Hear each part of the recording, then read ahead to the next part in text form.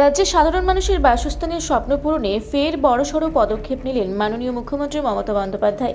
আজ তার হাত ধরে বাংলার বাড়ি প্রকল্পের শুভ উদ্বোধন সম্পন্ন হলো। এই প্রকল্পের অধীনে বিভীষণপুর অঞ্চলের ৩৮৮ জন উপভোক্তার হাতে চেক তুলে দিয়ে তাদের স্থায়ী আশ্রয়ের পথ প্রশস্ত করলেন মুখ্যমন্ত্রী।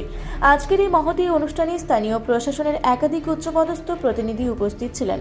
মুখ্যমন্ত্রী ভার্চুয়ালি প্রকল্পের সূচনা করলেও বিভীষণপুর অঞ্চলের সরাসরি উপভোক্তাদের পাশে দাঁড়িয়ে চেক তুলে দেন বিভীষণপুর অঞ্চলের প্রধান সুমিতা মাইতি, উপপ্রধান সৌরভ কান্তি বেরা, অঞ্চলের অন্যান্য সদস্য ও বিশিষ্ট ব্যক্তিবর্গ। চেক হাতে পেয়ে খুশিতে আত্মহারা ৩৮৮টি পরিবার। দীর্ঘদিন ধরে যারা নিজের পাকা বাড়ির স্বপ্ন দেখছিলেন, সরকারের এই আর্থিক সাহায্যে তাদের সেই স্বপ্ন এবার বাস্তবে রূপ নিতে চলেছে। উপস্থিত প্রাপকদের চোখে মুখে ছিল স্বস্তির ছাপ। রাজ্য সরকারের এই উদ্যোগকে সাধুবাদ জানিয়েছেন স্থানীয় বাসিন্দারাও।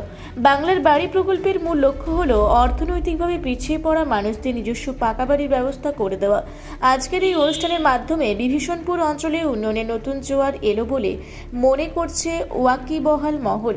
প্রশাসনিক স্তরে জানানো হয়েছে, স্বচ্ছতার সাথে প্রতিটি উপভোক্তার কাছে এই পরিষেবা পৌঁছে দিতে সরকার বদ্ধপরিকর। ভানুমতি পাল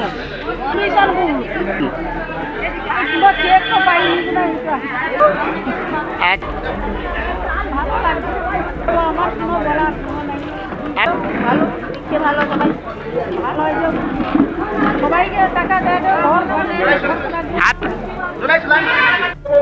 মহাশয়কে যে আমাদের যারা গৃহহীন বা যাদের কাঁচা বাড়ি এখনো রয়েছে, তারা এই 1,20,000 টাকা করে পাওয়ার পরে আপনারা পরশুদিন থেকেই